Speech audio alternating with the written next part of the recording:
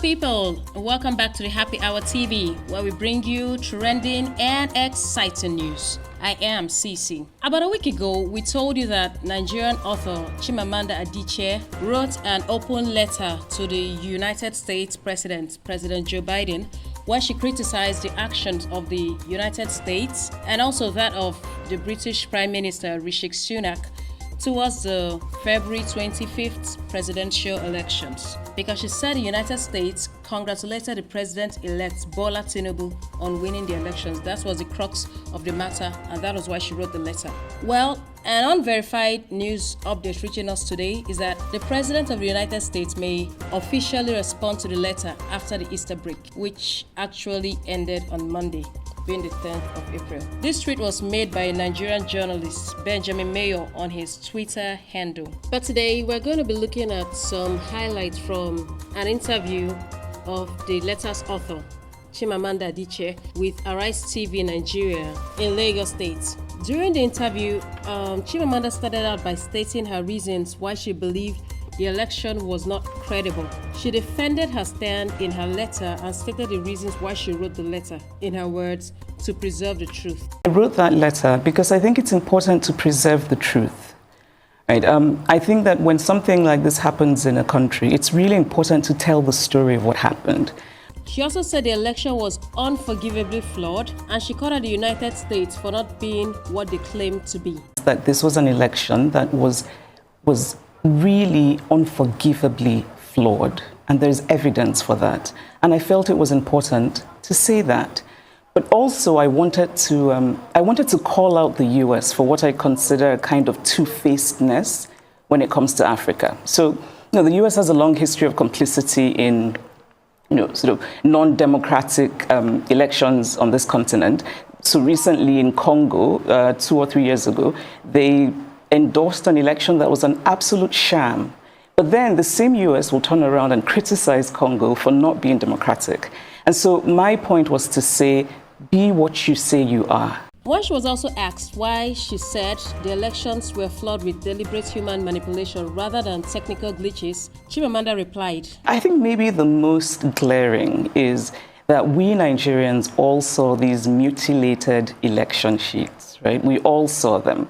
We saw polling unit agents talking about how what they had from the polling unit was not what was then announced formally, officially, or uploaded formally, officially.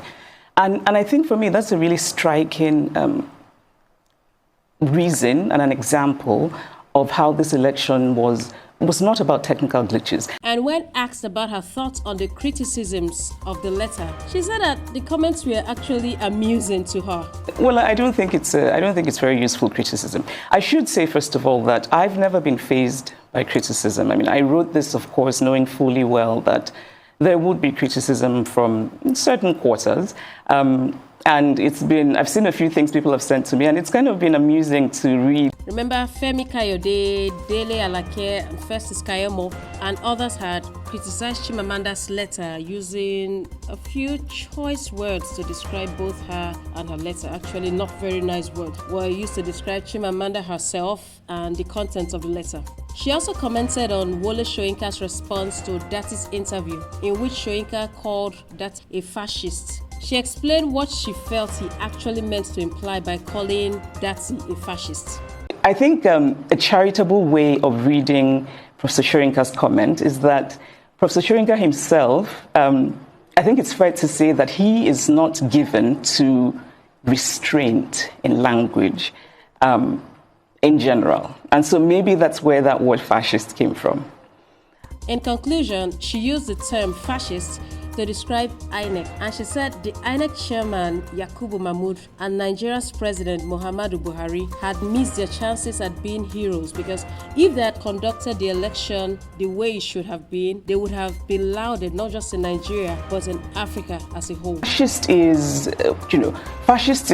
a government that hasn't come out to address the very tangible and palpable discontent in this country. I think that, and when I say that we can use fascist for INEC, what I mean is the fact that, so many of us, including myself, are convinced that this was not in any way technological glitch. I think that Professor Yakubu had an opportunity for heroism, and I think he wasted it spectacularly. Because he could very easily have become the hero of not just Nigerians, but Africa, because so many Africans are watching. They were so inspired by what happened before this election and the obedient movement. And so, I also think that the president, President Buhari, missed an opportunity for heroism. And towards the end of the interview, she expressed hope for the country's justice system. Okay, that's as much as we can take on that interview for today. You can find the full interview on Arise TV Nigeria. Chimamanda has made her standpoint. She wrote the letter to preserve the truth, and according to her, if you know the truth, why not say the truth? And I think this aptly wraps up everything that has been happening from the February 25th presidential elections, even up until date. Chimamanda has just said what is in the hearts and the minds of a lot of Nigerians, but not everybody has been as bold and as assertive as her. But what do you guys think about this interview and about her responses to her critics and her response to the letter? Please drop your thoughts and comments in the comment section below, and don't forget to turn on your notification buttons for more trending videos. Also, please like, share and subscribe to the Happy Hour TV. Bye.